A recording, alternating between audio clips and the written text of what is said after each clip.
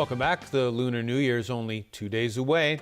Final preparations for some of the public celebrations are in full swing. Evelina Long brings us this preview on what's on offer. Singing and dancing. Colorful floral decorations. This year, 13 floats will make their way through Chimsha-choi in the International Chinese New Year Night Parade on Thursday.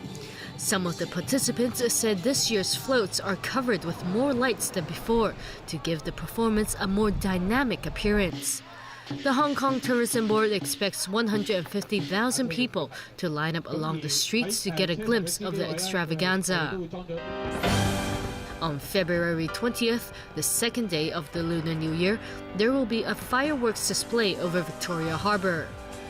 Some 300,000 people are expected to gather on both sides of the harbour to watch the fireworks. According to the information last year, for Hong Kong Island, we have 60,000 turnout. And for Kowloon side, we have 270 people turned out. We expect similar turnout this year. Our appeal to the public is while they enjoy the fireworks displays and the parade, and they should obey or follow the instruction of the police at the same time. Many roads on Hong Kong Island and in Kowloon will be closed to traffic starting from 6:30 p.m. on Friday. Marine Department officials say they will also step up safety checks of vessels that will take people out to the harbour to watch the fireworks. Evelina Lang, TVB News. Asia Television is selling a plot of agricultural land that would bring in $10 million. The broadcaster is facing overdue license fees and outstanding wages for its staff.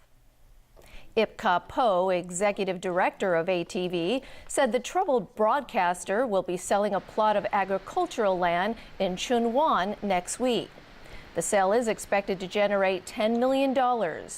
Apart from license fees, ATV has yet to pay its staff their January wages.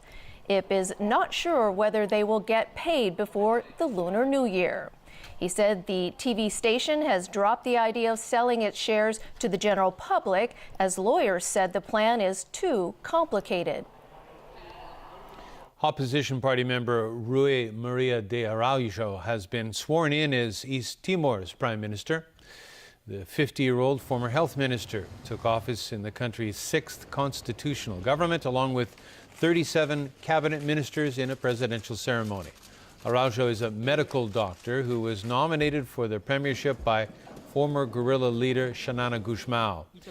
He quit earlier this month to allow a new generation to take power and is now Minister of Planning and Strategic Investment. Gusmao spearheaded East Timor's drive for independence and was the first president of the new nation until he became prime minister in 2007. East Timor is a former Portuguese colony that was occupied by Indonesia from 1975 to 1999. It became a sovereign state in 2002. In Mexico City, poor maintenance of a tanker truck is being blamed for an explosion last month at a maternity hospital that killed 5 people. The results of the investigation highlight the poor maintenance that many propane tankers operate under. Most Mexicans still rely on propane tanks for cooking and heating water. 2 worn-out bolts connected to the truck's pump broke, causing a leak that ignited. The explosion collapsed most of the maternity hospital. More than 70 were injured in the blast.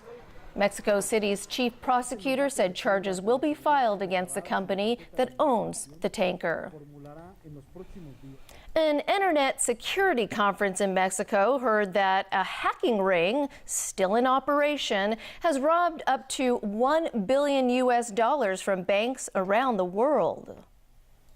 Russian security company Kaspersky Lab told the conference the hackers have been active since at least the end of 2013. They've managed to acquire sensitive information through false identity called phishing.